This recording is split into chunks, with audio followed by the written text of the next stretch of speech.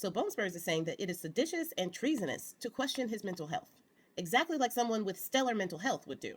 He has gone against the New York Times and other organizations, saying that the continuous coverage of him and his health issues is seditious and treasonous. So was it seditious and treasonous when they did the same thing to Biden? Asking for a friend. Now he says that they're doing it to libel and demean the President of the United States. I feel like that's projection, because that is exactly why they did it to Biden. In his case, there is a real reason to cover it. He has zombie hands. He's been getting multiple MRIs, and he claims he doesn't know where the MRI is being taken. And like a child caught in the act, he insists it's not the brain because he passed a cognitive test. Now on his post on Truth Social about this, he is once again trying to rile up his base and says that we need to do something about this when it comes to their coverage on his health. I personally am enjoying the fact that he's feeling a little bit of the pain and suffering he has inflicted on others. And the fact that his issues, being unable to stay awake during meetings, again, the zombie hands, the cankles, the being unable to speak articulately and slurring his words, being unable to walk in a straight line, he's never been able to sip water properly. Where are all the people who were experts on mental decline when it was Biden? Do your job. But Bone Spurs has a knack for giving the game up by accusing other people of doing the same thing that he is. He is a living, breathing personification of projection.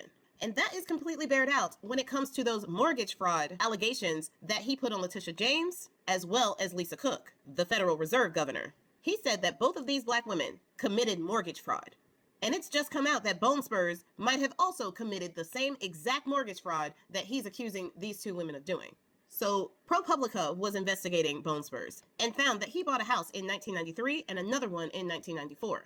Both of these houses were near his home in Mar-a-Lago. He signed 2 separate mortgages for these homes. And on that mortgage paper, he said that each of those homes were going to be permanent residences. The same thing he accused Letitia James for doing, and Lisa Cook. Every accusation from Bone Spurs and his people is a confession.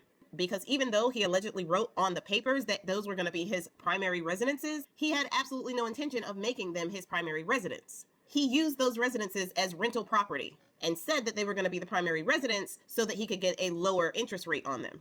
The same thing he is accusing others of doing. Now, even if this is true, because this happened in 1993 and 1994, the statute of limitations has run out. But still, I find it fascinating that every time Bone Spurs or people on the right accuse someone of doing something, it is something that they themselves are doing.